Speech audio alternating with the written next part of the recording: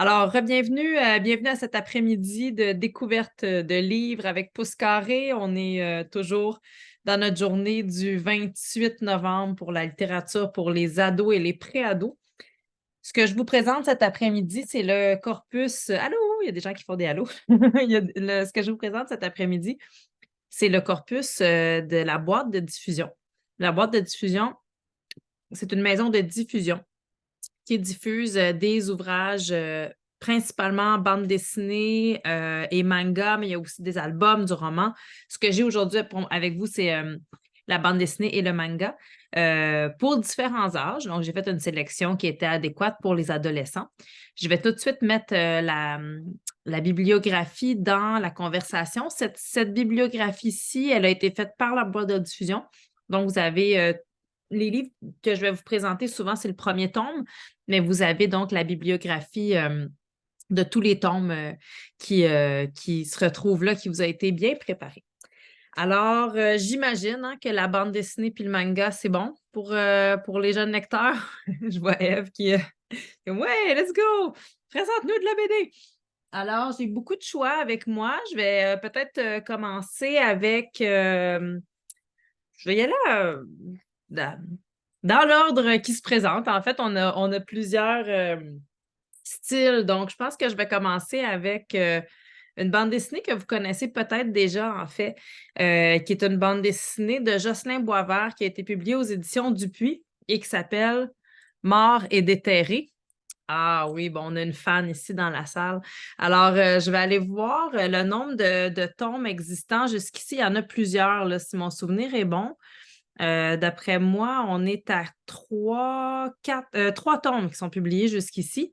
C'est une bande dessinée de Jocelyn Boisvert illustrée par Pascal Colpron. Donc, c'est un auteur québécois qui est, comme on me le dit déjà, c'est très populaire. Nathalie nous dit déjà c'est très populaire dans la conversation.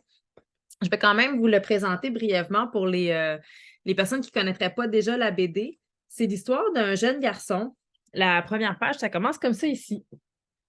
Je ne me prélasse pas, je trépasse. C'est pas pareil. La vie me file entre les doigts. Je me demande si on va tout de suite au ciel quand on meurt. C'est ce que je vais découvrir bientôt. C'est chiant la mort. Ça contrarie les plans. Ce matin, quand je me suis réveillée, j'étais loin de penser que j'allais vivre la dernière journée de ma vie. Alors, ça commence, hein? On sait déjà à quoi s'attendre. Puis, on va voir notre personnage qui s'en va à l'école pour une journée, supposément une journée normale. Puis, grosso modo, en sortant de l'école, il va être témoin d'une bataille. Il va aller s'interposer et il va être poignardé.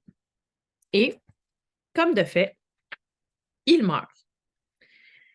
Un an plus tard, dans sa tombe, zombie, il va avoir son ami qui va venir le voir, puis se recueillir sur sa tombe. Puis ben, lui, il a été enterré avec sa trompette. Alors, pour passer le temps pendant l'éternité, il joue de la trompette dans sa tombe. Son ami va entendre la trompette résonner et il va commencer à creuser pour voir ce qui se passe. Mais évidemment, quelqu'un va appeler la police et son ami va partir en courant. Puis il va avoir assez creusé pour que notre personnage principal, notre zombie, puisse être déterré, alors puisse enfin sortir de sa tombe. Alors là, notre zombie va sortir de sa tombe, comme ça. Puis, comme un ado bien normal, il va commencer à se promener dans la rue, puis il va se dire « Ah, je vais enfin pouvoir retourner dans ma famille. » Sauf que quand il va se voir dans le miroir, il va réaliser que ben, c'est pas aussi simple qu'il pense. Il ne peut pas commencer à refaire sa vie comme avant. Tout le monde va avoir peur de lui. Il y a une petite odeur aussi là, qui se dégage parce que ça pue un cadavre d'un an. Et ben, les gens vont avoir peur de lui. Les gens vont penser évidemment à tort que les zombies sont carnivores, alors que lui, il est tout à fait végétarien. Il n'y a pas d'affaire à manger d'autres humains. Il va déconstruire un peu les idées autour des zombies. Puis on va le voir donc renouer avec certaines personnes, dont entre autres une jeune fille à qui il avait échangé son numéro de téléphone au début de l'ouvrage, qui va revenir sur sa tombe pour le prier aussi, puis à qui il va aller se révéler, puis ils vont développer donc une relation d'amitié. Donc, avec cette jeune fille-là et avec son ami d'enfance qui était venu sur sa tombe, il va se révéler et eux vont être dans le secret des dieux. Puis, ben, c'est comme ça que va recommencer la vie de notre zombie préféré. Alors, moi, malheureusement, mais là, vous avez l'air de bien connaître la série. Est-ce qu'il y en a qui veulent... J'ai eu la chance de lire le premier tome, mais les tomes suivants, est-ce qu'il y en a qui veulent nous raconter où ça s'en va? Est-ce que vous avez eu l'occasion de les lire? Ah, Ève, elle veut pas le dire. Elle dit que c'est une surprise. Elle les a lus. Ils sont très bons, mais c'est une surprise. Elle veut pas nous le dire. Donc, mais on a donc l'univers. Puis Jocelyn Boisvert, si vous le connaissez, hein, c'est un auteur qui a écrit, il a été extrêmement connu, entre autres, pour la série Les héros de la classe chez Foulire. Il a écrit Les moustiques chez Soulière. Il a écrit récemment Petite plante deviendra grande deviendra monstre chez Bayard. Donc, il y a toujours cet univers-là. C'est un auteur qui travaille beaucoup en faisant des clins d'œil au cinéma. Donc, tout le cinéma de genre, le cinéma des zombies, les séries des zombies, on sent vraiment cet univers-là en arrière de l'ouvrage. Donc, c'est une découverte comme un coup de cœur assuré, là, mort et déterré. Puis, on est toujours fiers d'avoir des bandes dessinées d'ici qui sont publiées en Europe. Donc, c'est un exemple. C'était le cas aussi avec les Nombris, hein, qui sont aussi chez Dupuis, qui est un duo de créateurs d'ici. Donc, ben, c'est des fiertés qu'on a d'avoir des créateurs comme ça qui rayonnent à l'international. Tu sais, ça me fait penser. Un autre créateur d'ici qui rayonne à l'international, saviez-vous qu'on a un auteur, ben là maintenant, il y en a plus qu'un, mais le premier vraiment auteur de manga québécois à avoir rayonné, c'était Tony Valente. Donc, ben, en fait, Montréalais, je pourrais dire, il habite à Montréal, qui a écrit Radiant. Ah, bon, ben, Ah, là, on est en terrain connu, là. Donc, ici, la série Radiant de Tony Valente. On est à ce moment-ci aussi, j'aimerais bien pouvoir vous dire le nombre de titres. On est à 17 ouvrages déjà pour la série. C'est sûr que quand on parle du manga puis qu'on tombe dans les 10, 15, 20 ouvrages, il y a toujours un genre de petit vertige qui s'installe parce que ça fait des longues séries, mais quand vos élèves commencent à tomber dans ces séries-là, ben c'est sûr qu'on a envie de les encourager puis qu'ils puissent en lire autant qu'ils veulent parce que c'est en lisant en série qu'on apprend à développer vraiment l'aptitude de lecture puis la fluidité en lecture. La lecture du manga, c'est sûr que ça prend une habitude. Si on n'est pas habitué d'en lire, il faut développer nos compétences en lecture de manga. Les jeunes sont sont plus faciles sont plus malléables, mettons. Ça fait peut-être moins longtemps. Mais en fait, peut-être qu'ils ont appris à lire du manga en même temps qu'ils ont appris à lire, ce qui fait en sorte que c'est moins un apprentissage à faire. Mais bon, pour nous, vieilles personnes, quand on commence à lire du manga, il faut s'y habituer. Donc, ces bandes dessinées japonaises, j'essaie de me déshabiller, ça paraît-tu? Ces bandes dessinées japonaises qu'on lit de la page de droite vers la page de gauche, toujours en suivant le sens de lecture de la droite à la gauche. Faites pas comme moi, la première fois que j'ai lu un manga, je l'ai ouvert à partir de la fin, mais j'ai lu dans le sens habituel, fait que je comprenais vraiment rien. Jusqu'à temps que je me rende compte que dans le sens de lecture aussi, il fallait que je m'habitue. Alors, de quoi ça parle, Radiant? Ça parle d'un personnage qui... là, c'est l'enjeu des noms. Moi, j'ai toujours l'enjeu des noms, à me rappeler des noms des différents personnages. Donc, ça part de ce jeune homme ici qui veut devenir un... En fait, on est dans un univers, je vais recommencer à l'envers. On est dans un univers où il y a des némésis qui apparaissent sur la Terre, donc qui tombent sur la Terre. C'est des espèces d'entités malveillantes qui peuvent causer du tort à la Terre et on a des sorciers qui sont en mesure de les combattre. Alors, notre personnage principal ici, c'est un sorcier qui devrait être en mesure de combattre les némésis, mais qui est en apprentissage et qui n'est pas très, très doué. Donc, il essaye, là, il voudrait vraiment réussir à combattre les némésis, mais à chaque fois qu'il s'y essaye, il fait des erreurs. Tu sais, comme par exemple, au début du manga, il est persuadé d'attaquer un némésis, mais en fait, il attaque un troupeau de vaches dans un champ. Donc, il tue le troupeau de vaches d'un fermier alors qu'elles n'étaient pas du tout menaçantes. Donc, il manque un peu de talent ou de connaissances. Et il y a Alma, sa sorcière un peu mentor, qui est bien découragée parce qu'il est toujours en train de faire des erreurs. Et j'essaie de retrouver son nom. Je me demande si justement il ne s'appelle pas Radiant. c'est mon enjeu des noms qui apparaît à ce moment-ci. Alors, mais il est persévérant. Il n'est pas très talentueux encore, mais il est très persévérant. Et un jour, il voit une attaque de Némésis qui tombe sur la contrée et il va décider d'aller l'attaquer. Puis en fait, il va réussir à canaliser l'énergie qu'il a comme une énergie de défense, mais d'une façon tout à fait surprenante. C'est-à-dire que normalement, il faut porter des gants pour pouvoir canaliser l'énergie, mais aussi se protéger. Puis lui, il refuse de les porter. Normalement, quelqu'un qui refuserait de les porter mènerait à une catastrophe, mais lui, il arrive à maîtriser cette énergie-là.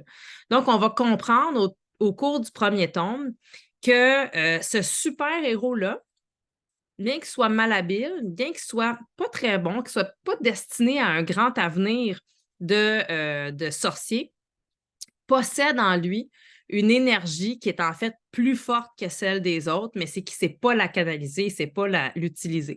On est vraiment dans, je vous dirais, le manga assez traditionnel, c'est-à-dire que c'est du manga d'aventure, d'action, très rythmé, très rapide, avec des super-héros, avec des, j'allais dire, comment on appelle ça au cinéma, là, quand on a, euh, voyons, vous savez, là,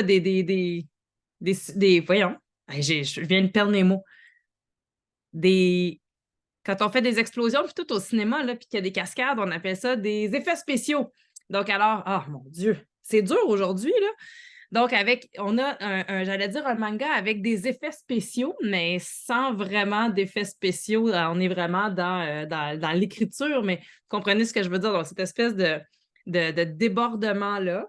Je vais vous montrer quelques pages intérieures pour que vous puissiez voir. On est vraiment là dans le manga d'action. Il n'y a pas de sexualité ou de violence outrageuse, ce qui est quand même un enjeu très important quand on parle de manga parce que souvent on craint qu'il y ait une mauvaise surprise. Là, ce ne sera pas le cas ici. On est vraiment dans l'action et les super-héros. Puis finalement, à la fin, ben, il va réussir à combattre le Némésis, puis il va être amené à essayer d'aller trouver, parce que lui, ce qu'il veut, c'est pas juste de combattre les Némésis, c'est de trouver la source. Donc, pourquoi ces entités-là arrivent sur la Terre pour tuer le problème à la source? Alors, il va réussir à y parvenir. En fait, on est dans le tome 1, là. Il va se rendre dans un nouveau lieu où il va essayer de découvrir d'où vient la source de Némésis. Donc, c'est ce qu'on découvre dans le manga Radiant. Je suis très consciente de la grande popularité de ce type de manga-là avec beaucoup d'action, beaucoup de péripéties. Moi, je dois vous dire que j'ai un intérêt pour un type de manga qui est euh, plus axé sur les émotions, les sentiments. Il y a tout un pan du manga hein, qui est vraiment sur le développement personnel, je dirais le développement des personnages. Je vais vous présenter à ce sujet un manga que j'ai adoré. Dans le manga, il y a souvent une notion documentaire. Hein. Il y a souvent de l'information qui va être transmise. Par exemple, entre les chapitres, on va avoir comme un complément d'information qui va être donné. Ou à la fin du manga, on va avoir un petit dossier informatif d'accompagnement qui va arriver. Ça vaut souvent la peine, quand vous découvrez des mangas, avant de le lire, d'aller voir la fin. Moi, souvent, je fais ça, je regarde, est-ce qu'à la fin, il y a un dossier d'information complémentaire? Des fois, ça nous permet d'avoir les personnages qui sont présentés avec une illustration, leur nom, puis une description. Puis, c'est un type d'illustration qu'il faut apprendre à connaître, le manga. Et des fois, d'avoir la liste des personnages, ça peut nous aider à reconnaître les personnages dans l'illustration après. Parce que quand on est en apprentissage à la lecture du manga, il y a tellement de nouveautés que pour un lecteur qui n'est pas habitué, ça peut être mélangeant. Pourtant, quand après on est habitué, on reconnaît très bien qui parle, pourquoi, quelles sont les actions, mais au début, ça fait beaucoup de nouveautés à assimiler en même temps. Fait que je trouve que d'aller voir le dossier à la fin, des fois, ça nous permet, comme lecteur néophyte, là, d'avoir une petite base puis de comprendre vers où on s'en va. Alors, je vais vous parler de Bon, on est dans du manga, souvent c'est traduit en France, alors les titres sont en anglais.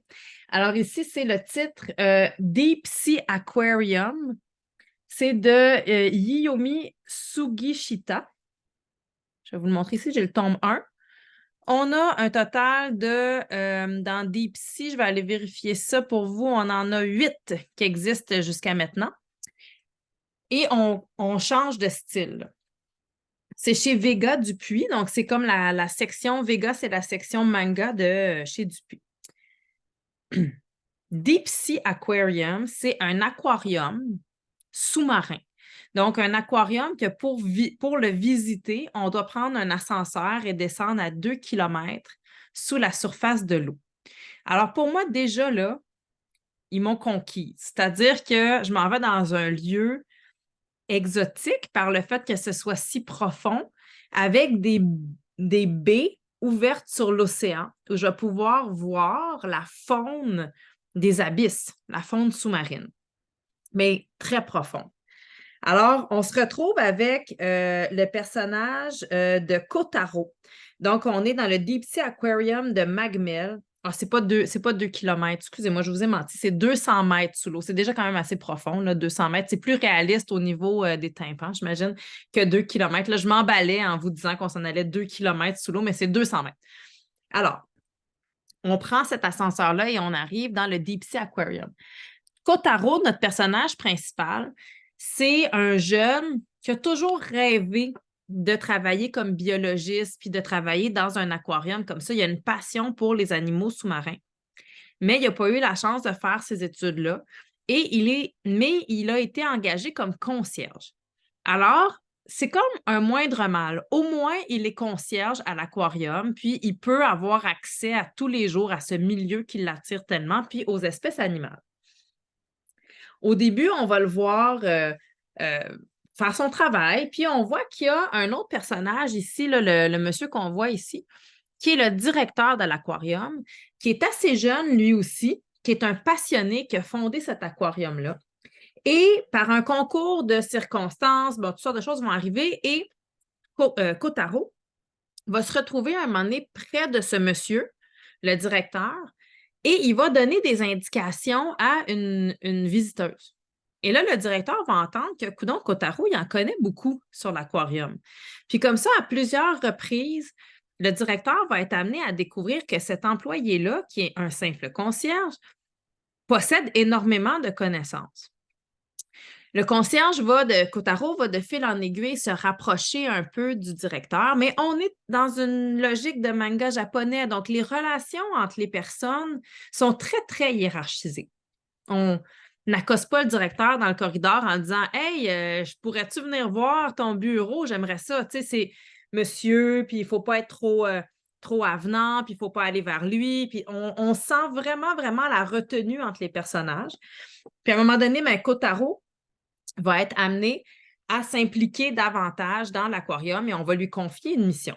Une de ces missions sera de remonter à la surface parce qu'un pêcheur a appelé en disant qu'il a pêché une sorte de requin qui est très rare, puis ce pêcheur-là a un contact avec le directeur et lorsqu'il pêche des requins comme ça ou qu'il pêche des espèces rares, il l'appelle puis ils vont les récupérer pour les mettre à l'aquarium pour s'ils ont été blessés, pour les guérir, mettons, là, les soigner et les remettre à l'aquarium. Donc, c'est Kotaro qui va y aller. Kotaro va se rendre compte que le requin va mourir. Il est trop blessé, mais ce requin est enceinte. Alors, il va récupérer l'œuf et ramener l'œuf à l'aquarium et grâce à lui, l'espèce va pouvoir continuer à se reproduire. Donc là, c'est toutes des choses qui vont faire en sorte que le directeur va dire « Hey, coudonc, lui, il est intéressant. » Et à la fin du premier ouvrage, le directeur lui offre de devenir aide-soignant. Donc, ce n'est pas soignant, c'est aide-soignant, mais on voit que Kotaro va se rapprocher de sa passion. Au travers de l'ouvrage, je vous parlais d'aspects un peu documentaires. On va avoir des grandes doubles pages avec la découverte d'une espèce marine. Par exemple, ici, on a le calmar géant avec son nom Architeuthis dux, la taille de 6 à 13 mètres. Sa zone d'habitation est de 100 à 1000 mètres sous l'eau. C'est le plus grand invertébré au monde. Ses yeux géants peuvent mesurer jusqu'à 30 cm de diamètre. Un peu plus loin, on continue notre découverte.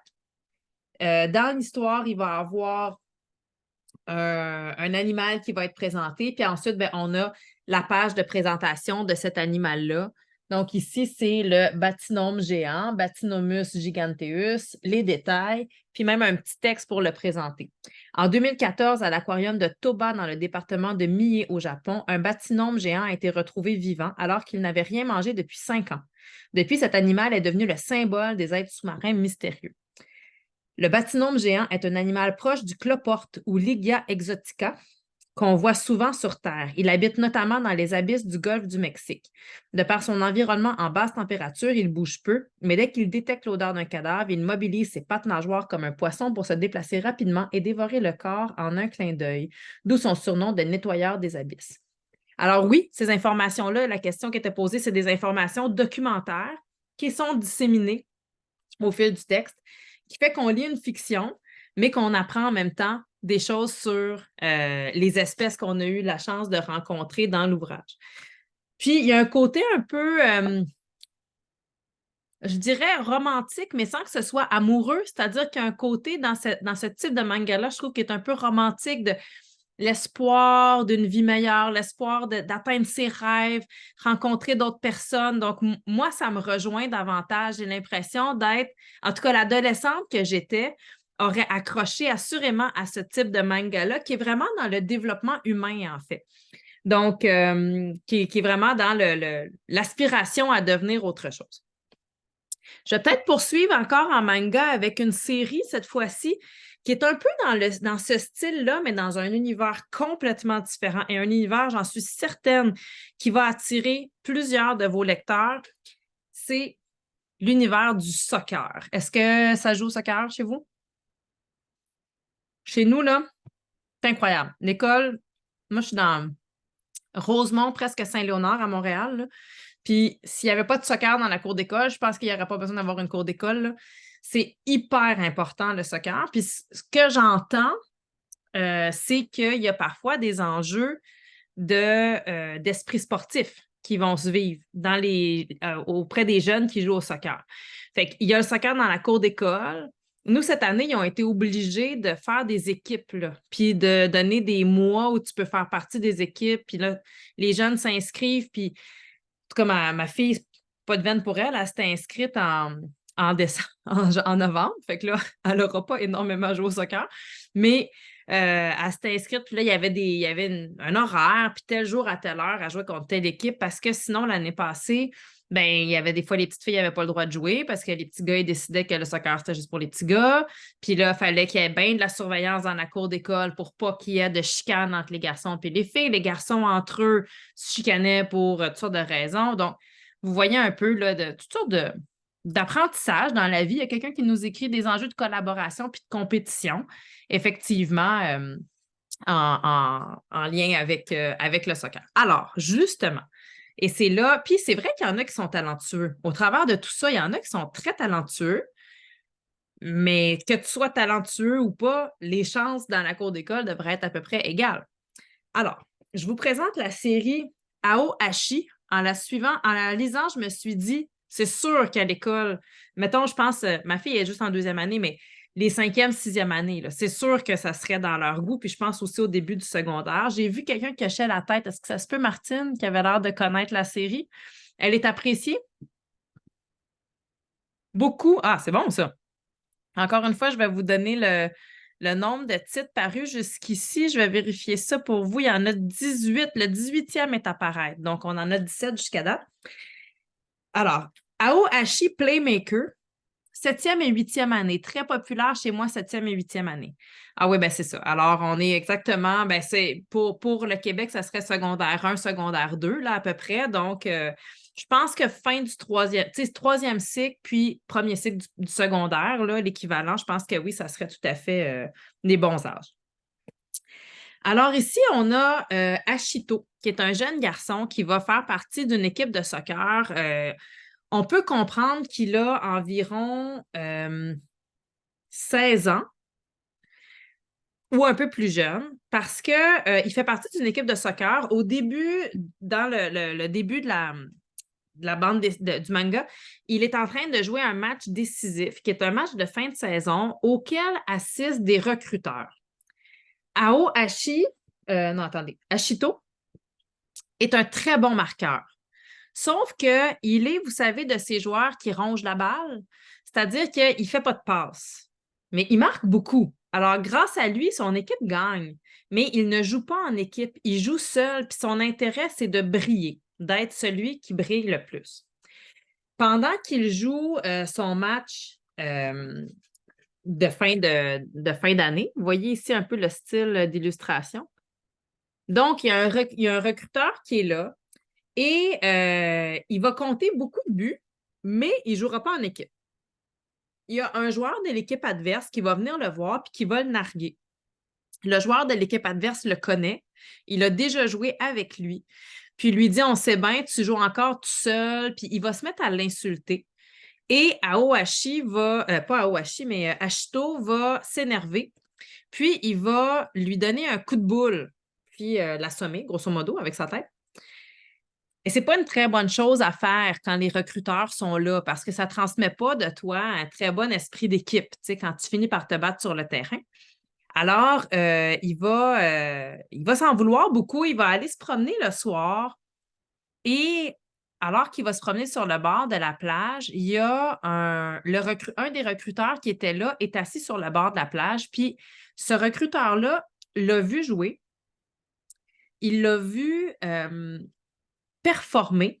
Il l'a vu aussi jouer seul. Il l'a vu se battre.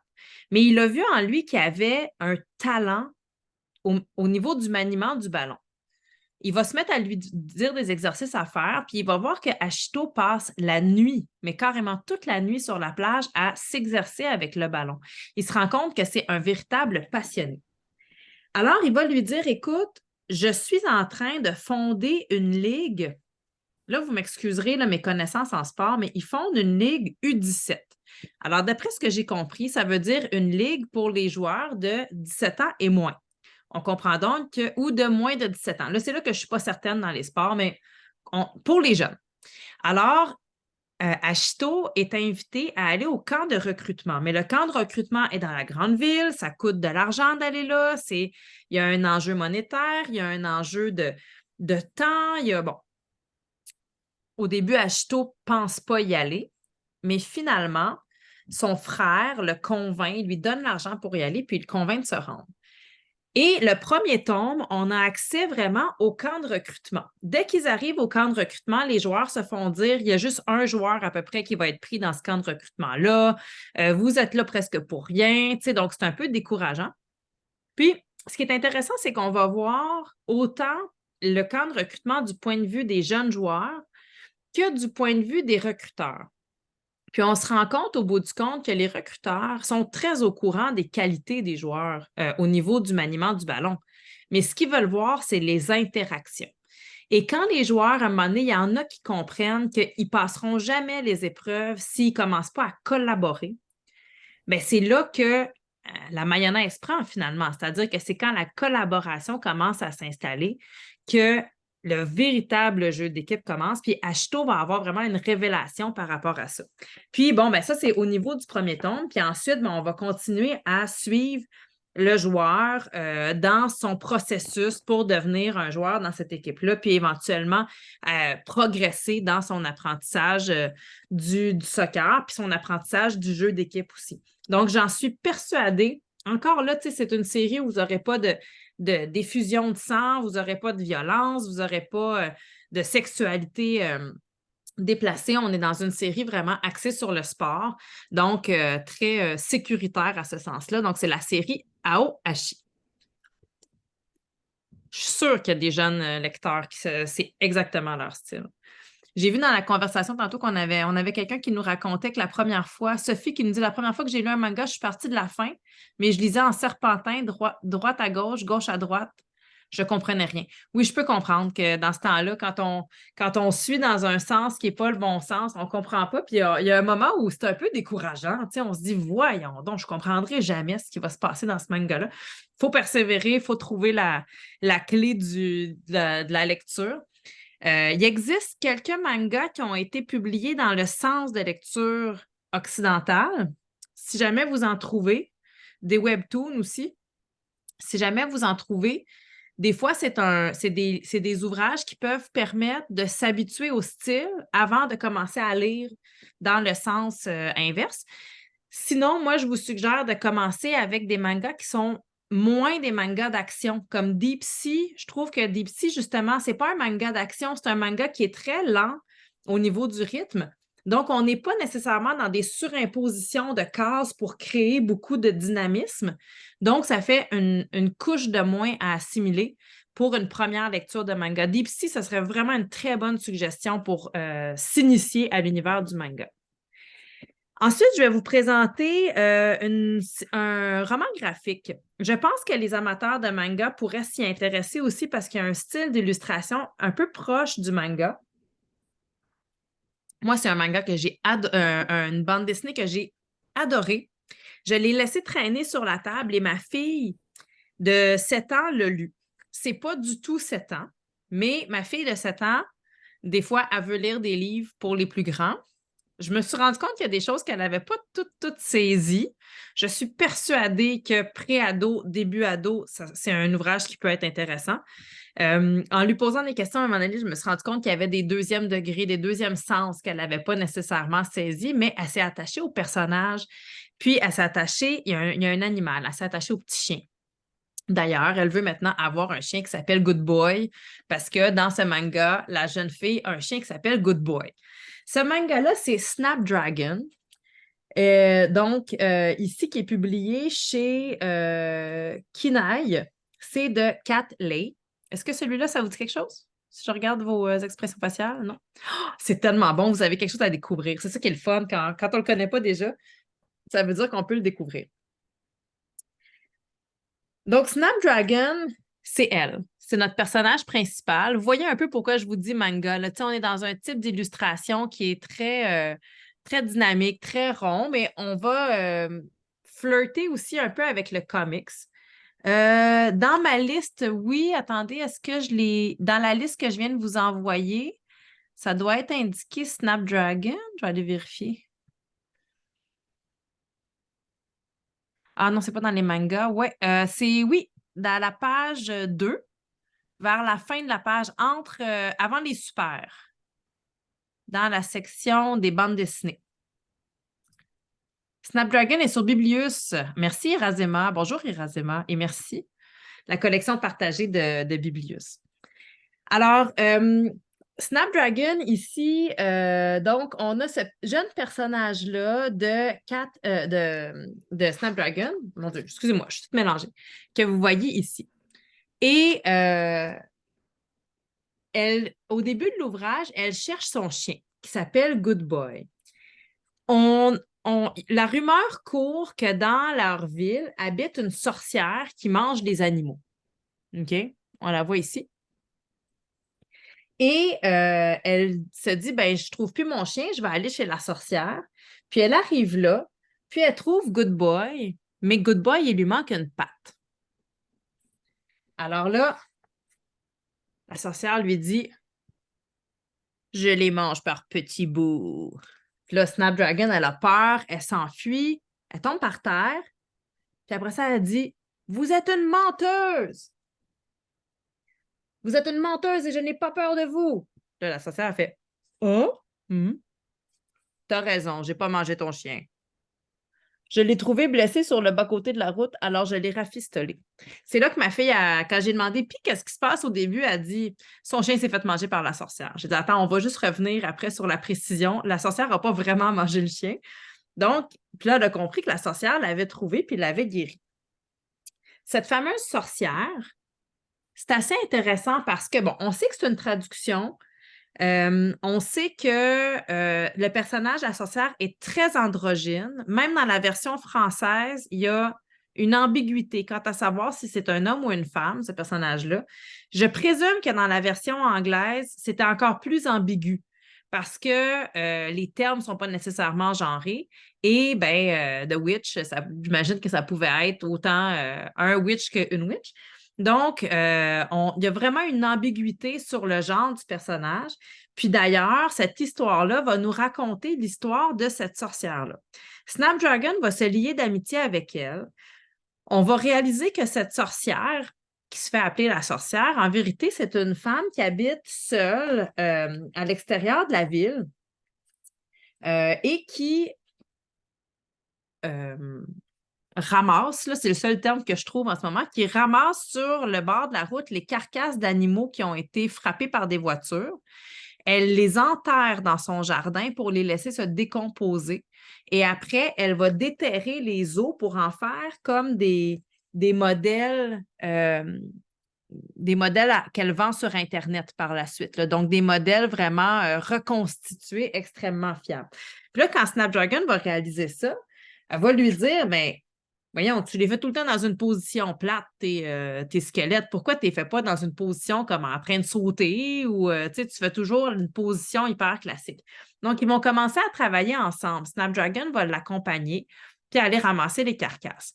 Snapdragon trouve aussi un opossum qui est mort, mais qui a des bébés qui viennent juste de naître. Fait qu'elle va amener les bébés à la sorcière, puis la sorcière va l'aider à réhabiliter finalement les bébés de l'opossum. On peut la voir ici, là, vous voyez la sorcière quand elle n'a pas son habit, là. Donc, c'est une espèce de vieille dame là, qui s'habille n'importe comment, qui a un pansement sur un œil. Des fois, on la voit avec des crocs, des chandails fleuris, puis tu sais, là, vraiment dépareillée. Ce qui est beau au travers de ça, c'est qu'on va apprendre que cette sorcière-là, elle a déjà connu la grand-mère de Snapdragon. En fait, elle a déjà été en couple avec la grand-mère de Snapdragon. Mais la grand-mère de Snapdragon voulait vraiment avoir des enfants. C'était une époque où deux femmes qui voulaient avoir des enfants ensemble, c'était bien compliqué, mais surtout Jack, la sorcière, elle voulait rien savoir d'avoir des enfants. Ça ne faisait pas partie de son projet de vie, alors elles se sont séparées. La grand-mère de Snapdragon a eu un mari et une famille. Ce mari est décédé aujourd'hui. Et Snapdragon va réaliser qu'en fait, sa grand-mère a déjà été amoureuse de Jack, la sorcière du village. On va aussi réaliser que la sorcière a vraiment des pouvoirs de sorcière. Donc, elle est capable de mobiliser de l'énergie pour arriver à certaines fins. Par exemple, pour combattre des personnes malveillantes. Donc, il y a vraiment un côté surnaturel à ce personnage-là. Je vais vous montrer un peu. Entre autres, la mère de Snapdragon va être en couple avec un homme violent. Puis, elle a rompu cette relation-là, mais l'homme revient. Puis, à un moment donné, l'homme va menacer Snapdragon et la sorcière va arriver et va l'aider à se défaire de cet homme-là. On peut voir un peu ici, là, vous voyez comment l'espèce d'énergie est canalisée. Et la sorcière va apprendre à Snapdragon qu'en fait, si on l'apprend, tout le monde peut faire ce qu'elle a fait.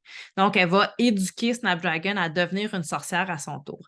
Donc, on est vraiment dans une logique de sorcier, d'amitié aussi. Snapdragon a aussi un ami qui, au fil du récit, va changer de genre. Donc, au début, c'est un garçon.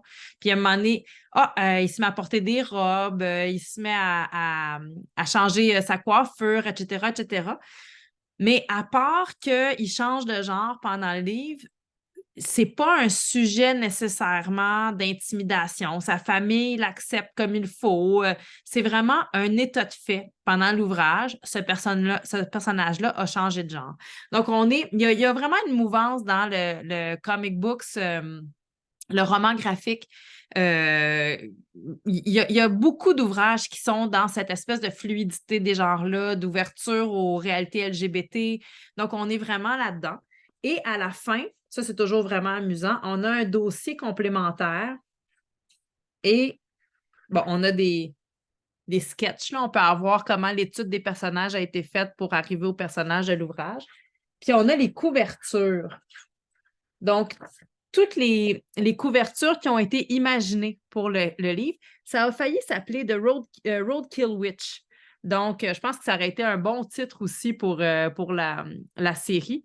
Puis là, ben, quand je vous dis qu'elle n'avait pas tout compris, ma fille, à la fin, elle a dit « Moi, je veux toutes les avoir, ces bandes dessinées-là. » J'ai dit « Ouais, mais là, c'est parce que c'est pas le tome 1, le tome 2, le tome 3, c'est toutes les couvertures qui ont été pensées pour ce livre-là. » Donc, des couvertures où parfois on voyait, c'est une bonne question à poser aux élèves. Tu sais, est-ce qu'il y en a une que tu trouves qui aurait été plus adéquate? Pourquoi? Laquelle représente mieux l'histoire selon toi? On a choisi de prendre celle-ci avec Snapdragon, son chien Good Boy et un personnage un peu fantomatique qui va être important dans le récit, là, qui est une espèce de force de la nature qui protège le cerf qu'on voit en arrière, mais on ne voit pas la sorcière au bout du compte dans cette page couverture-là, hein. Donc, The Roadkill Witch n'est pas présente finalement ici. Vraiment, à mon avis, une très, très belle découverte. Dans les personnages avec différents pouvoirs, ben, vous connaissez peut-être Elle. Je sais que c'est une série qui est très... ouais. Bon, la réaction est toujours vraiment vive quand on parle de Elle, là. Il y a des gens qui écrivent Oh my God, Elle, coup de cœur assuré. Ma fille de 11 ans, maman, je ne sais pas comment le dire, mais ouf, c'est la meilleure histoire que j'ai lue. J'ai pas de mots pour décrire comment je l'aime. C'est donc bien beau. Puis il y a celui-là aussi, il y a plusieurs tomes. Je vais vous dire le nombre. Il y en a 3 jusqu'à maintenant. Des tomes de Elle. Ici, j'ai le premier. C'est incroyable l'effet de cette série-là sur les jeunes.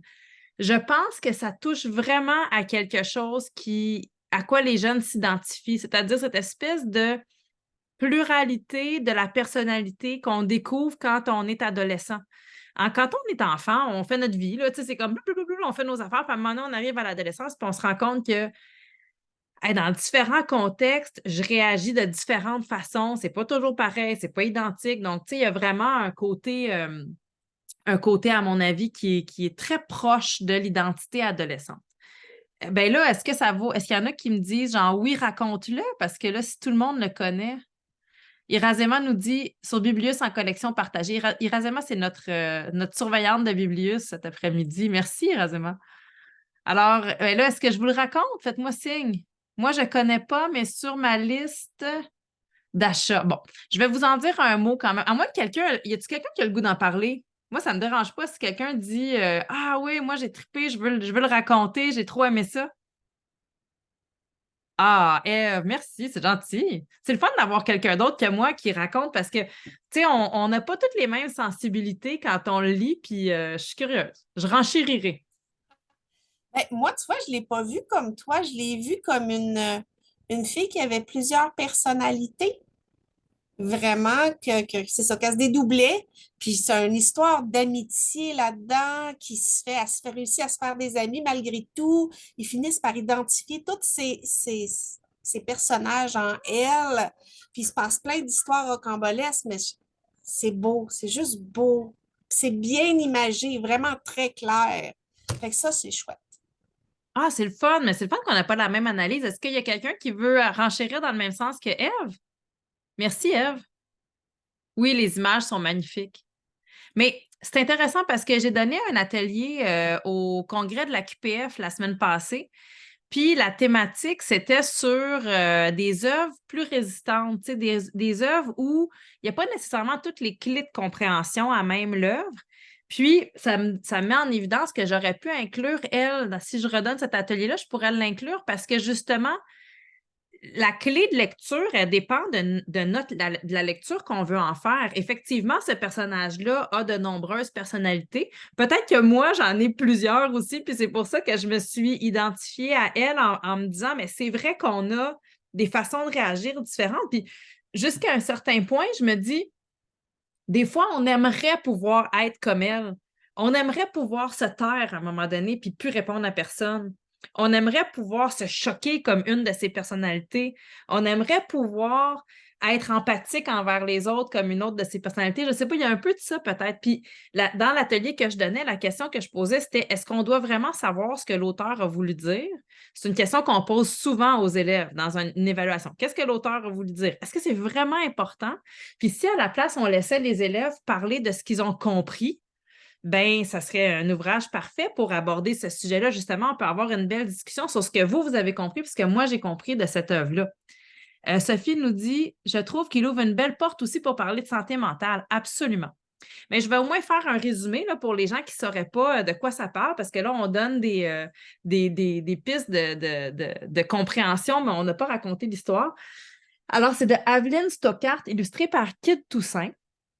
Et c'est l'histoire d'une jeune fille qui s'appelle Elle, mais au singulier, et qui arrive dans une nouvelle école. Elle va se faire des amis qui sont tous assez différents les uns des autres. Et puis, au début, quand elle arrive, elle a toujours les cheveux roses, comme ça ici. Puis, on va réaliser, en fait, à un certain moment, que selon les circonstances, sa personnalité change.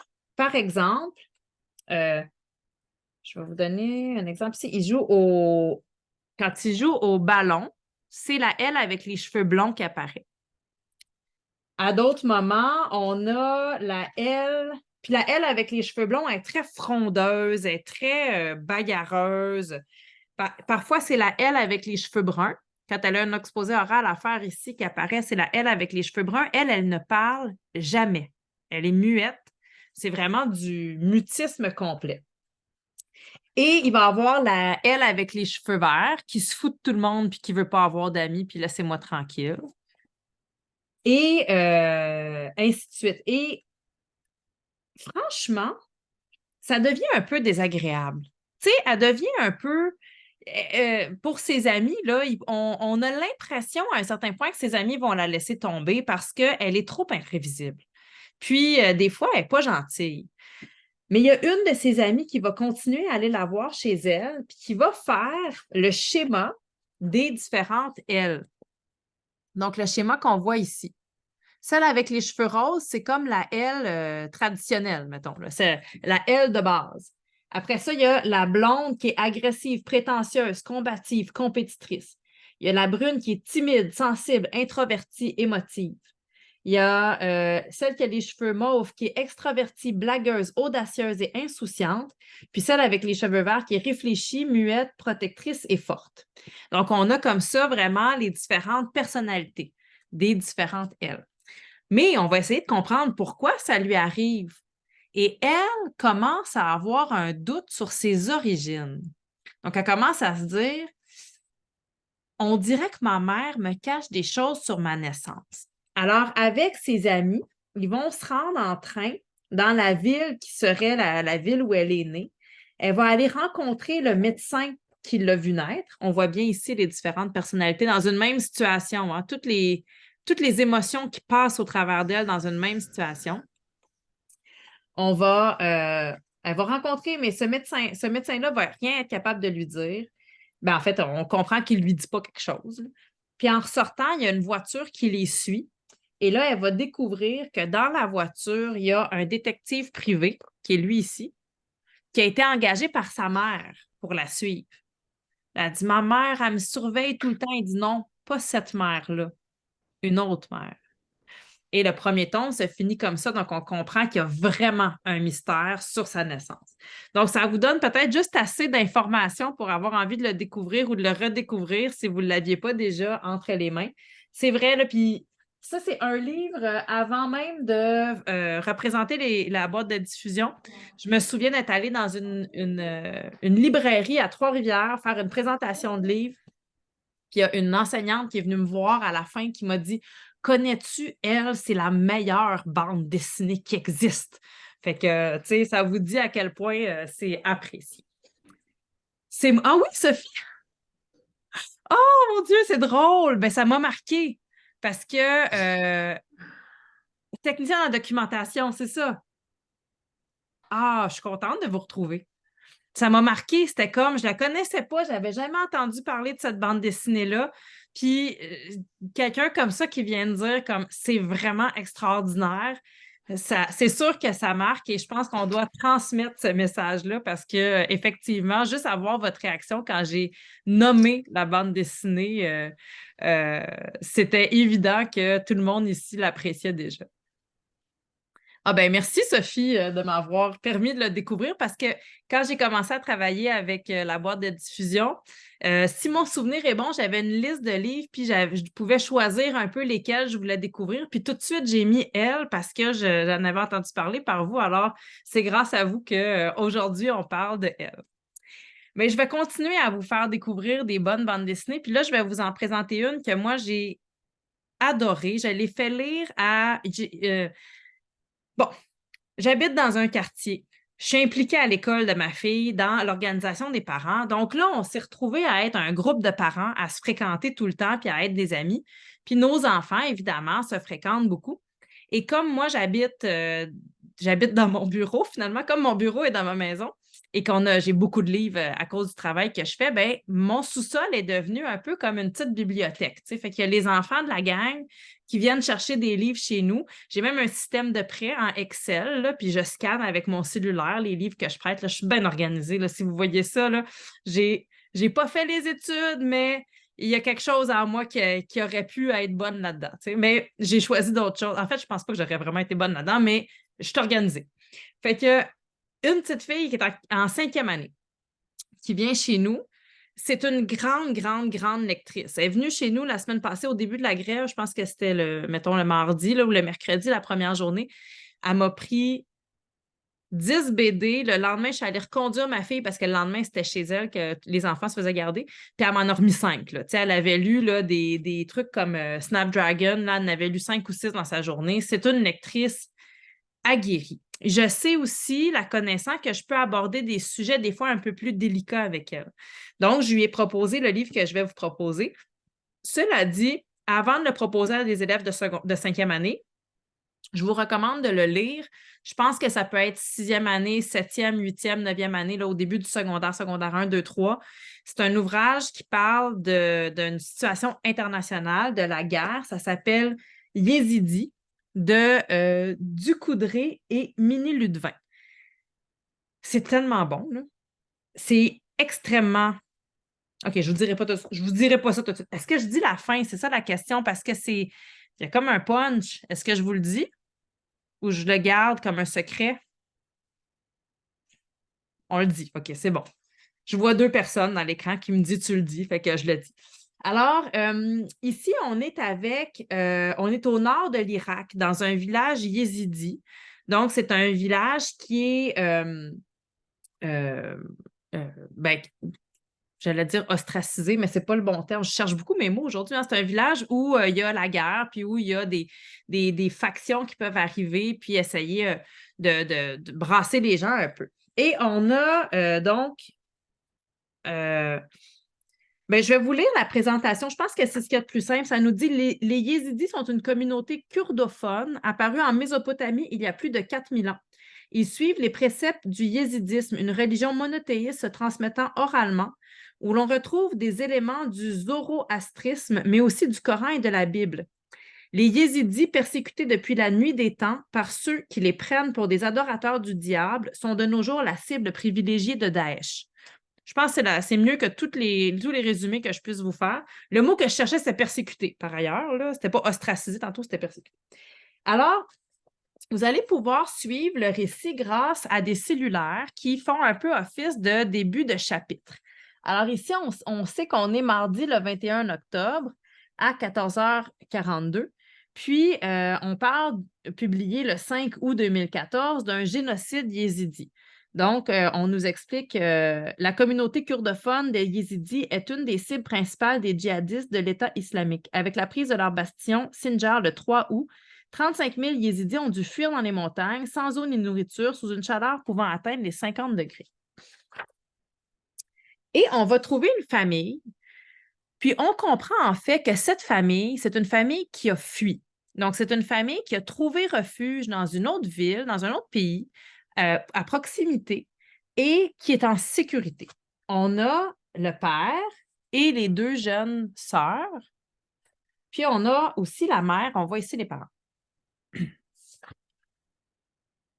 Le père travaille dans une épicerie, on va le voir ici, puis par un aller-retour de conversation, on va comprendre que le père et sa famille ont fui, mais pas la famille du frère du père. C'est-à-dire que c'était des cousines, là. Il y a une famille qui a fui puis une famille qui est restée.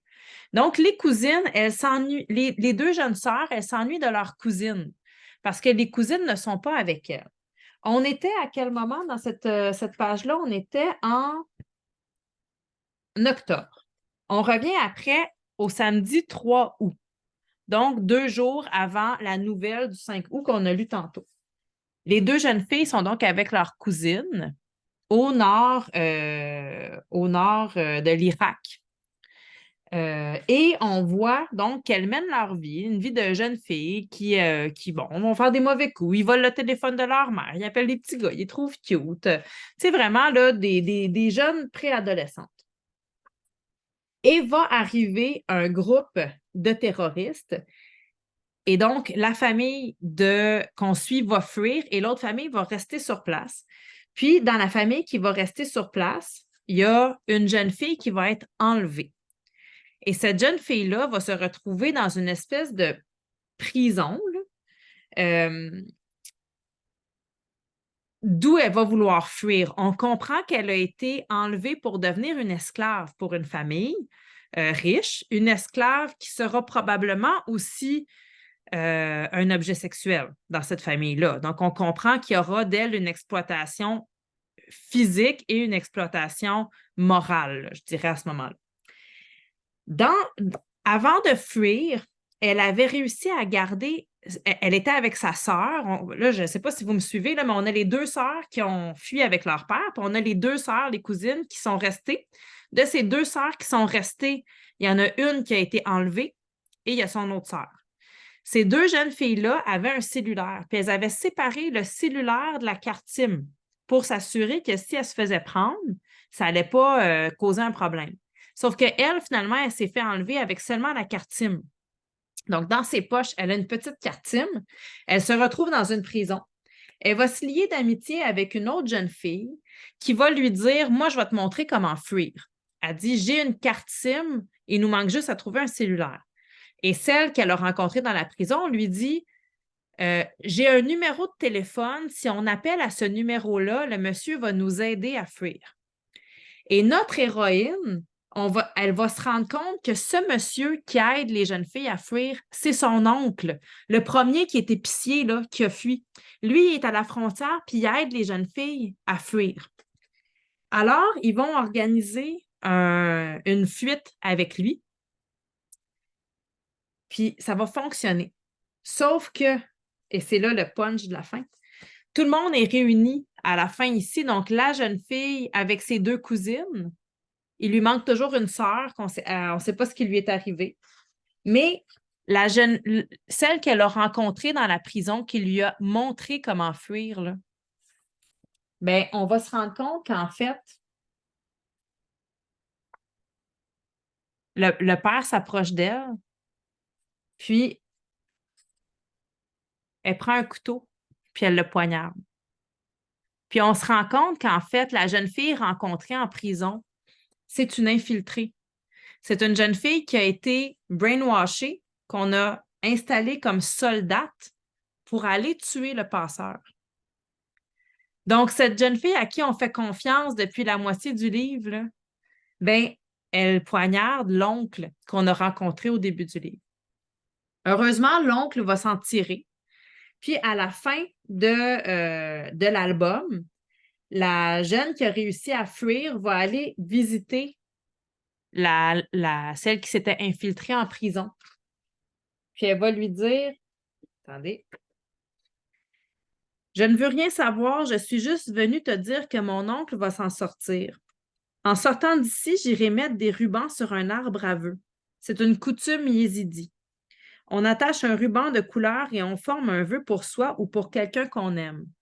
Mon premier ruban sera pour Nizra, puis j'en mettrai un pour chacun des miens. J'en ai un aussi pour toi. Pour que le vœu se réalise, il faut que le ruban soit porté par le vent jusqu'au soleil. Là où tu vas vivre maintenant, il n'y aura ni vent, ni soleil. Puis elle laisse le ruban tomber par terre, puis elle s'en va. Alors, on a l'impression, sur le coup, tu te dis, elle ne va pas aller lui pardonner. Ça n'a comme pas de sens qu'elle aille lui pardonner, tu sais. Et à la fin, donc, elle retourne dans la famille de son oncle et on va avoir finalement des nouvelles de sa grande sœur qui, elle, s'est enrôlée dans les forces pour combattre Daesh, donc avec la milice yézidi. Donc, c'est les nouvelles qu'on aura d'elle. Et on va savoir que toute cette histoire-là s'est inspirée de personnages ayant véritablement vécu. Donc, vraiment, là, c'est une découverte. Puis c'est c'est dur à dire, mais c'est sympathique. Tu lis, puis comme les personnages sont attachants, puis il y a un peu d'humour au travers de ça. Fait qu'il y a des scènes horribles. Bon, à un moment donné, on les voit aller derrière une porte, puis on se doute de ce qui leur arrive aux jeunes filles quand elles vont derrière la porte. Mais au travers de tout ça, il y a une narration qui fait qu'on est capable de lire, qu'on est capable de faire face à cette horreur-là, jusqu'à temps qu'on voit cette scène du poignard qui est hyper surprenante. Puis la fin vient vraiment réconforter en même temps d'une certaine façon. Comme je vous dis, donc, à lire, je pense, ou connaître l'histoire avant de le proposer à certains lecteurs, il faut savoir un peu les lecteurs à qui on s'adresse, s'ils sont en âge de comprendre ou de saisir. La petite fille qui est venue l'adolescente qui vient chercher des livres chez nous, quand je lui ai demandé dans la pile c'était lesquels tes préférés, elle m'a dit Yezidi, c'était vraiment celui que j'ai trouvé le plus marquant.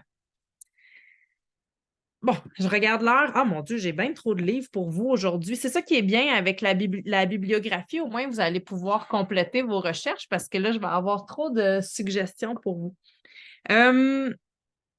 J'irais peut-être vers des ouvrages en grand format, des livres vraiment magnifiques que j'ai envie de vous proposer. Bien, ils sont tous beaux, là, mais qui ont une recherche graphique particulière. Je vais vous présenter Blanc autour de Wilfrid Lupano, illustré par Stéphane Frette. Je ne sais pas celui-ci si vous le connaissez déjà. C'est chez Dargaud. Il faut savoir dans cet ouvrage-là que le mot en haine est utilisé d'un point de vue historique. En fait, on est vraiment dans une fresque qui va se passer en 1832. Où le racisme est très présent. C'est une histoire qui dénonce le racisme vécu par un groupe de jeunes femmes à la fin du 19e siècle. Alors, on est près de Boston, dans une petite école pour les jeunes filles où on accueille une vingtaine de pensionnaires. Et un jour, il y a une institutrice qui décide qui veut accueillir dans son école une jeune fille noire. Et comme ça fait une espèce de scandale au village, elle décide de transformer la vocation de son école pour que ça devienne une école pour les jeunes filles noires. Alors, selon la loi, elle a le droit d'avoir cette école-là pour les jeunes filles noires, de l'ouvrir à tout le moins. Mais la population blanche, très, très, très conservatrice et très, très, très raciste de son village, va vouloir faire tout ce qui est en son pouvoir pour faire fermer son école. Puis bon, elle ouvre son école, puis au début, il n'y a pas grand monde qui se présente. T'sais, avant que le mot se passe pour qu'on sache que cette école-là existe, elle a une élève, puis après, elle a 2 élèves. Puis on va voir la communauté de ces élèves se créer peu à peu. Je vais vous montrer, je ne sais pas si vous allez voir ici. Là. On voit dans les pages intérieures. Donc, le type d'illustration aussi qui est assez particulier, qui est très, très, très esthétique. Il y a un côté vintage aussi dans l'illustration. Puis on va voir donc cette communauté-là se créer. Puis à un moment donné, elles sont rendues 5 ou 6. Donc, un petit groupe d'élèves qui peuvent avoir accès à une éducation de qualité alors que ce n'était pas un accès qui était évident à l'époque.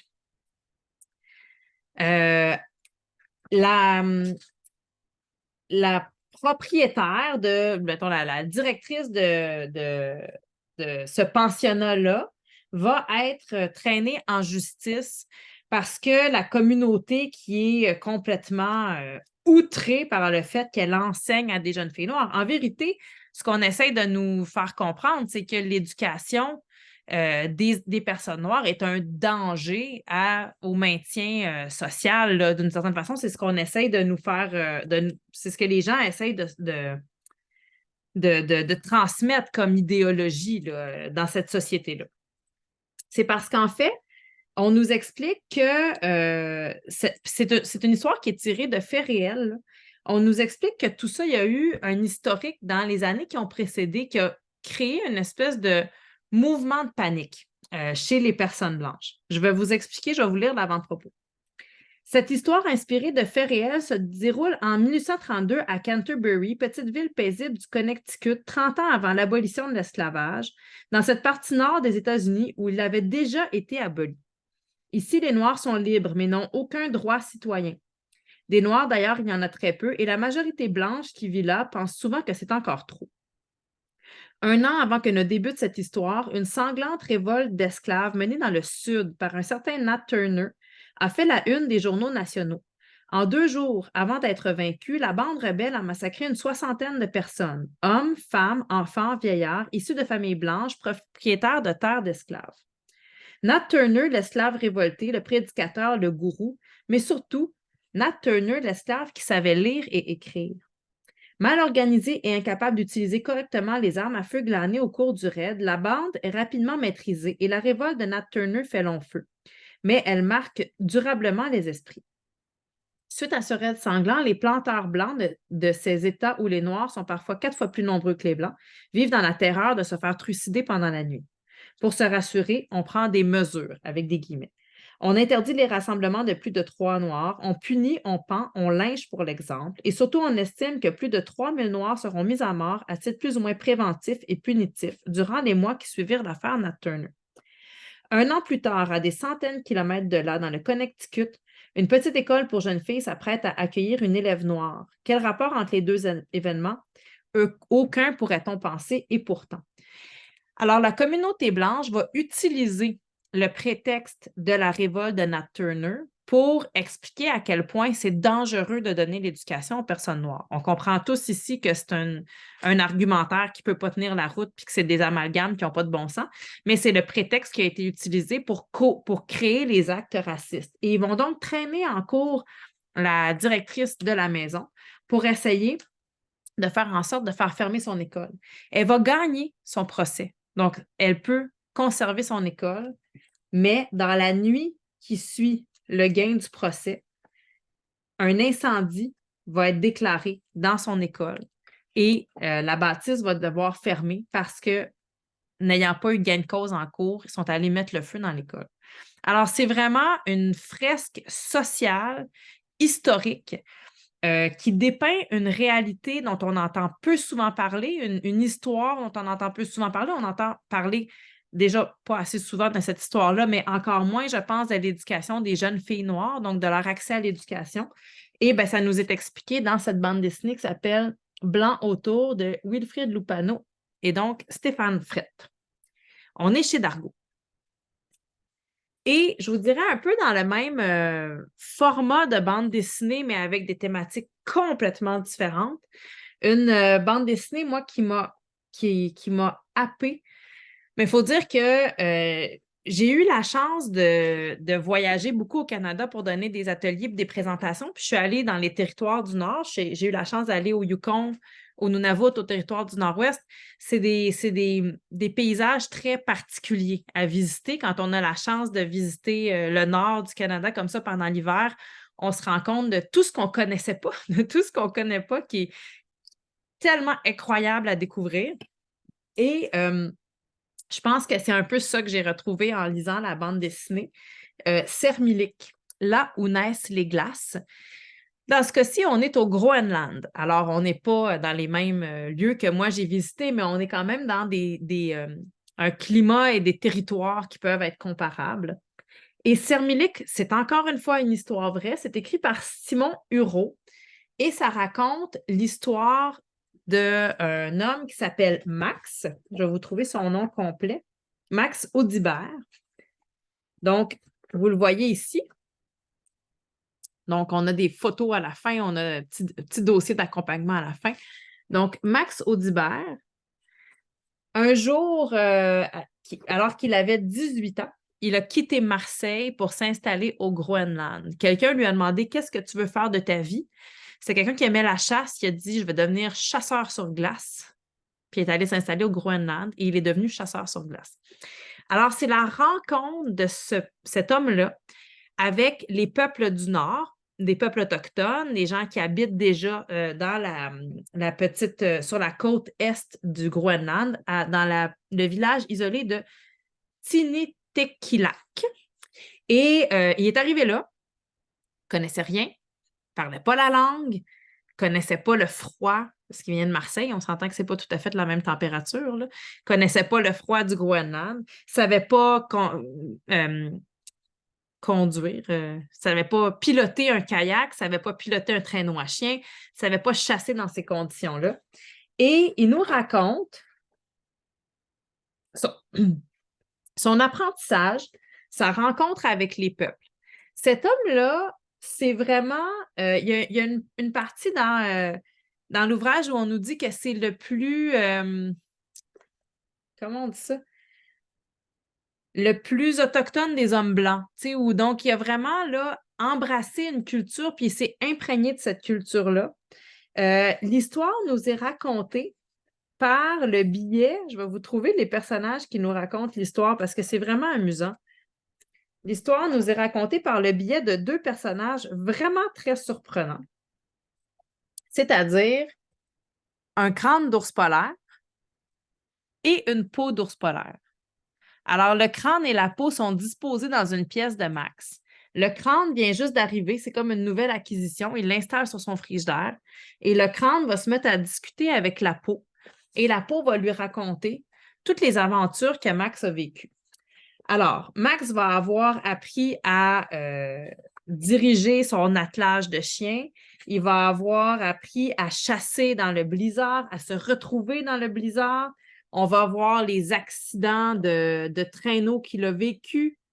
On nous raconte à un moment donné que son premier attelage de chiens qu'il a eu, son premier troupeau de chiens qu'il a eu, il s'est dit pendant l'hiver, ah ouais, je vais laisser mon troupeau sur une espèce d'île de glace qui est au milieu de l'océan. Comme ça, ben, les chiens, ils ont toujours de quoi manger, mais ils ne vont pas s'enfuir. Puis un jour, il est allé pour rechercher ses chiens, puis les chiens, ben, la glace avait cédé, fait qu'il y avait des chiens un peu partout, sur le fjord. Là. Il a fallu qu'il aille rechercher ses chiens partout sur le fjord en kayak parce que les chiens s'étaient répandus. Fait qu'il a appris que c'était pas comme ça qu'on faisait. Donc, il y a toutes sortes d'apprentissages comme ça. Max va être pêcheur, mais à un certain moment de sa vie, va devenir instituteur à l'école locale. Et c'est quelqu'un qui a décidé, quand il est devenu instituteur, de transmettre les connaissances du peuple aux élèves. Par exemple, il a décidé de donner des cours aux élèves pour que les élèves apprennent à atteler des attelages de chiens parce que c'est des traditions qui étaient en train de se perdre parce qu'avec les motoneiges, on avait moins besoin des chiens. Lui, il a dit, il faut qu'on apprenne aux jeunes comment atteler les chiens. Il a commencé à amener ses chiens à l'école. Au début, on sent que la population sont pas contre, mais ils trouvent ça bizarre parce qu'un chien, c'est pas considéré comme un ami ou un animal de compagnie. Un chien, c'est presque un outil de travail, c'est-à-dire qu'on a le chien qui est dehors puis il nous sert à se promener. Mais d'humaniser un rapport avec un chien, c'est très étrange pour la communauté où Max est accueilli. Après, il va se rendre compte que les jeunes connaissent les kayaks, mais les kayaks modernes. Il n'y a plus personne qui crée des kayaks avec les méthodes ancestrales. Donc, il y a un homme dans le village qui a encore un kayak traditionnel. Alors, il va aller lui demander s'il peut lui emprunter son kayak pour apprendre comment il est fait. Mais il comprend qu'il ne peut pas demander à l'homme, viens me montrer à faire un kayak. L'homme va lui dire, voyons donc, je n'ai pas d'affaire à te montrer comment faire un kayak. C'est vraiment par petites touches, en s'intéressant à lui petit à petit. Donc, c'est tout dans l'approche humaine qu'il arrive à créer des liens pour acquérir le savoir et transmettre le savoir. Donc, c'est vraiment, vraiment un ouvrage, de petites touches, de souvenirs. On va apprendre qu'il a été marié avec une femme de cette région-là qui a eu 2 enfants. À plusieurs occasions, on voit qu'il écrit des courriels à ses enfants, puis ses enfants sont partis au sud pour étudier. Donc là, ben, il reçoit de leurs nouvelles et à la fin de l'ouvrage, euh, il va se rendre chercher ses enfants qui sont venus le visiter. Il avait oublié, il est arrivé en retard, il s'en va chercher ses enfants. Puis, il va réaliser que ben, les enfants, ils ont, on en a parlé plus tôt aujourd'hui, hein, mais ils ont un peu cette forte appartenance-là au Nord, malgré qu'ils soient partis vivre au Sud. Quand ils reviennent chez eux au Nord, c'est leur terre, c'est leur patrie, c'est chez eux.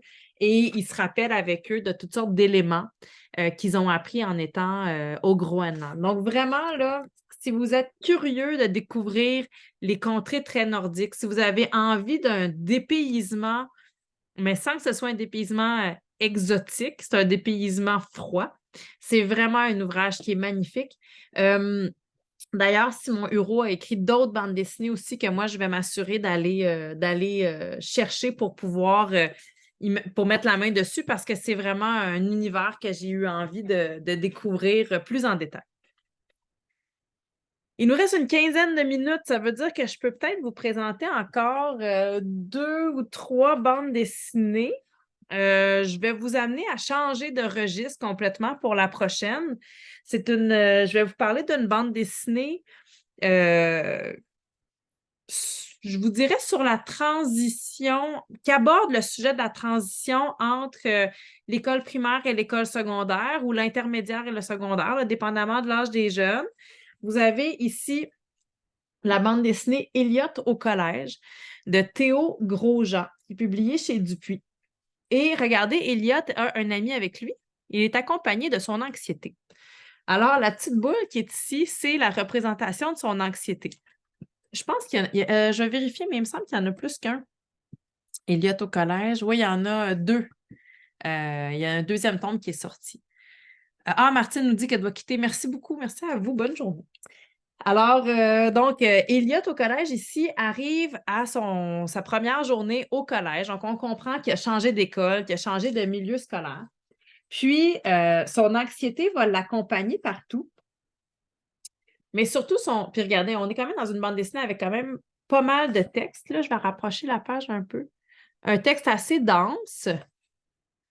Puis, c'est tout ce que Elliot se dit, mais aussi tout ce que son anxiété lui dit. Tout ce que son anxiété lui dit, ce qui va se passer. Donc, je vous donne un exemple ici. Ils sont dans la cour, puis son anxiété lui dit « Ah non, tu ne t'assois pas sur ce banc. C'est le banc des gens populaires. » Là, Elliot, il dit « Ouais, mais il n'y a personne qui est assis dessus. » Et alors, c'est leur banc. Ne t'appuie pas non plus sur cet arbre. Il est trop exposé. Tu attirerais l'attention. Fait que là, Elliot s'en va à côté de la poubelle. Tu sais. Son anxiété, elle lui dit « Voilà, c'est parfait. Tu vois quand tu veux. » Bon, écoute, maintenant qu'on est au calme tous les deux, on va pouvoir discuter un peu. Tu sais, au collège, pour se faire des amis, c'est très compliqué. Regarde bien. Tu vois ces petits groupes qui commencent à se former? Chacun d'eux comprend des règles très complexes. Il y a généralement 2 à 3 leaders qui mènent la danse, quelques spectateurs qui se contentent de rigoler aux blagues des leaders, et un bouffon, dont les leaders et spectateurs se moquent. Notre objectif, carrière, spectateur. C'est ennuyant, mais sécurisant. Et n'oublie jamais une chose, au moins il ne faut pas, tu peux devenir un bouffon. Alors, son anxiété, elle est toujours là, en train de lui expliquer là, ce qui va se passer puis de le mettre en garde. Il va quand même se faire un ami, donc il va se lier d'amitié avec Harry, qu'on vient de voir arriver ici, qui va lui dire qui va devenir son ami. Mais ils vont vivre une panoplie de situations. Donc, situation à l'école, dans le cours de gym, où ils vont être toujours un peu rejetés les deux. Et il va arriver aussi une jeune fille. Et cette jeune fille-là, qui est quand même assez populaire, mais c'est surtout qu'elle est raide. T'sais, elle, là, elle est toujours sévère. Elle va les driver un petit peu. Là. Mais eux, ils veulent tellement avoir une amie, tu sais, puis parler à n'importe qui que peu importe ce qu'elle va faire, elle les pousse en bas de la chaise, là, c'est vous dire. Tu sais, elle est forte, elle est rude, elle les pousse. Ils vont quand même rester auprès d'elle, puis ils sont convaincus là, qu'ils vont devenir amis. En cours de route, bon, ben, l'année se poursuit, puis en cours de route, Elliot va se rendre dans une fête où il y aura une jeune fille qui, comme lui, va préférer aller passer toute la fête sur le balcon parce que c'est beaucoup plus sécurisant d'être sur le balcon, même s'il pleut puis il fait froid. Et donc, elle va être avec là aussi. Elle dit « Hey, toi aussi, t'es habillée comme ton arrière-grand-mère? » Il dit « Non, j'avais envie de prendre un peu l'air. » Il dit « Mais t'es débile ou quoi? » Là, son anxiété, il dit « Mais t'es débile ou quoi? Elle veut essayer de créer un lien entre nous. » Elle dit Tu devrais pas le laisser te parler comme ça. Là, lui, il dit Tu peux la voir? L'anxiété a dit Sorcellerie! Elle dit Bien sûr que je peux. Elle est très bavarde, ton angoisse, ça doit pas être facile tous les jours. Puis là, l'angoisse, a dit Non, mais laisse-la pas approcher, Elliot. Elle sort un petit crucifix, tu sais. Je croyais qu'elle était dans ma tête. Elle dit C'est le cas, mais ça veut pas dire qu'elle n'existe pas. Il n'y a rien de plus réel que l'angoisse. La jeune fille, elle continue, elle dit, toi aussi, elle t'a obligé à sortir sous la pluie pour éviter d'avoir à discuter avec les autres. Là, Elliot, il dit, oui, exactement. Il dit, attends, comment ça, toi aussi? Puis là, on voit qu'elle aussi est sur le balcon avec son angoisse. Mais qu'est-ce qu'ils ont à me regarder comme ça, eux? Et on a ensuite un épilogue. Donc, ça se termine comme ça. Puis ensuite, on a un épilogue. L'épilogue, c'est comme, je vous dirais, un petit épisode supplémentaire. Ça s'appelle Les vacances d'Eliott. Et il se retrouve au camping. Il essaie de convaincre sa mère que c'est absolument horrible et qu'ils doivent changer de camping parce qu'il n'y a pas de Wi-Fi. Puis, il va aller marcher il va aller jouer dans le bois, finalement, puis il va rencontrer une jeune fille. Et la jeune fille, elle aussi, elle a son angoisse avec elle. Mais son angoisse, elle est gigantesque. Et elle va lui expliquer que son angoisse est arrivée beaucoup depuis qu'elle est obligée de passer les vacances avec son père. On comprend à la fin que le père de cette jeune fille-là rencontrée au camping, il n'est pas très gentil. Probablement qu'il y a de la violence physique, il y a de la violence psychologique assurément. Ça reste un peu tu. Ben, pas tant que ça, mais ça reste, c'est pas décrit, là, mais on comprend qu'il y a de la violence.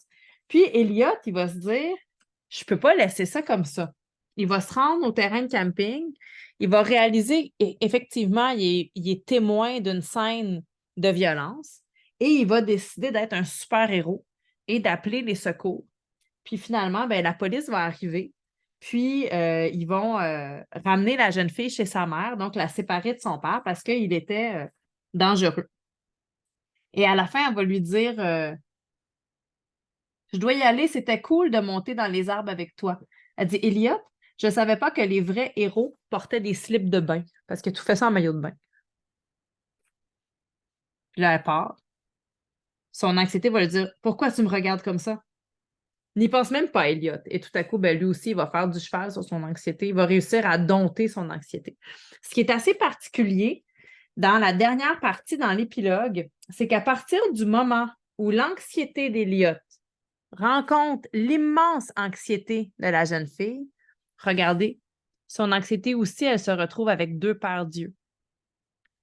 Comme par une espèce de mimétisme, il y a un changement dans son anxiété.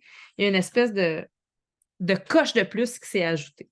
Donc, vraiment, une bande dessinée très... ben, il y a un côté très rigolo parce que le personnage d'Eliot est un peu malhabile. C'est un peu... tu sais, des fois, il ne sait pas trop comment faire les choses. Il est gêné. Donc, il y a un côté très rigolo, puis en même temps, un côté très sérieux. Je pense que c'est une thématique, l'anxiété, l'angoisse, l'anxiété de performance, tout ce qu'on peut vivre à cet âge-là. C'est une thématique qui est très importante, très présente. C'est une façon imagée de l'aborder. Donc, avec Elliot au collège.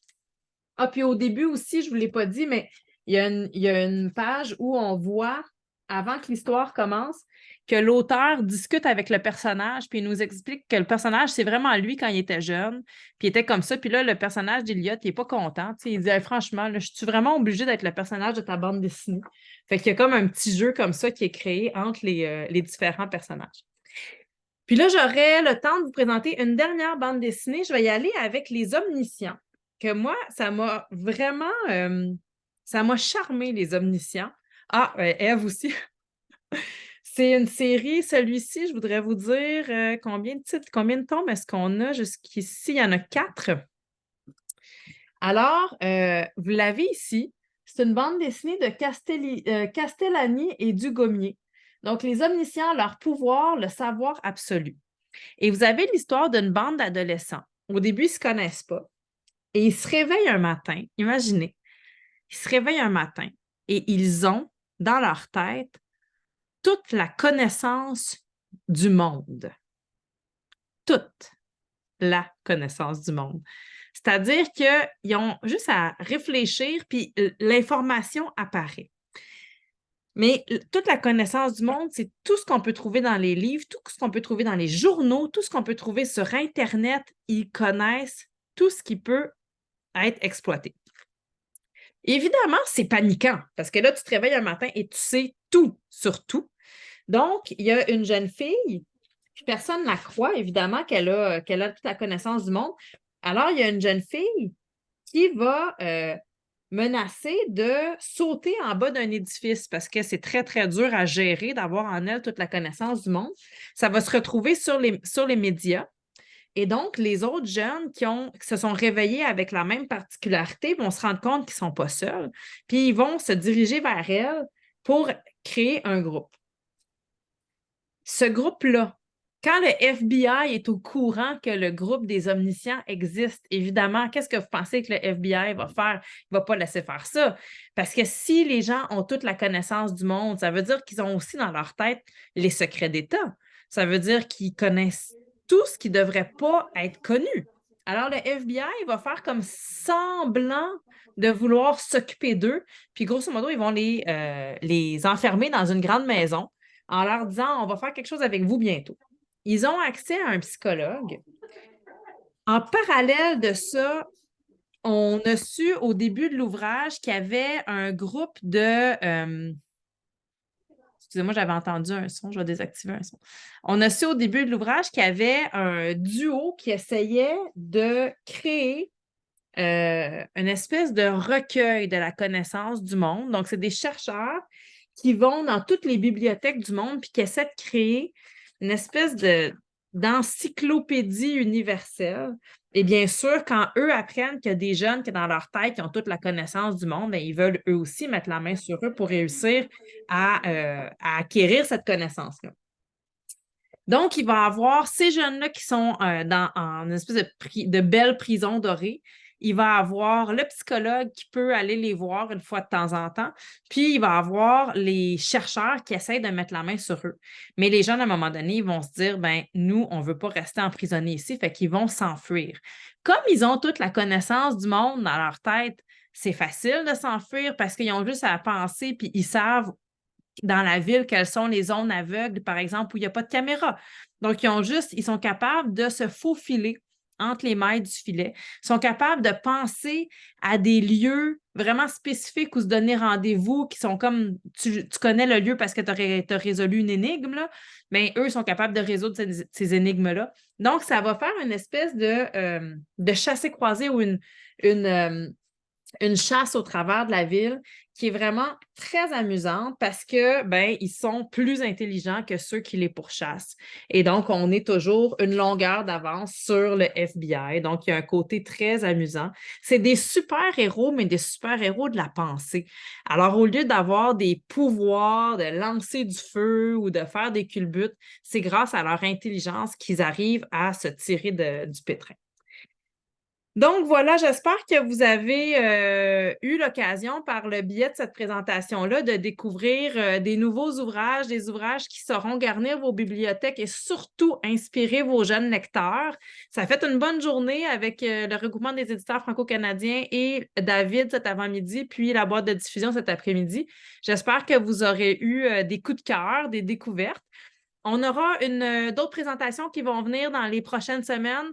Donc, quand je vais vous envoyer les liens de rediffusion, je vous enverrai l'information sur la prochaine présentation aussi. Ça devrait être le 18 décembre. C'est un lundi, la prochaine présentation, le 18 décembre. Donc, je vous enverrai les liens pour vous inscrire et la thématique à ce moment-là.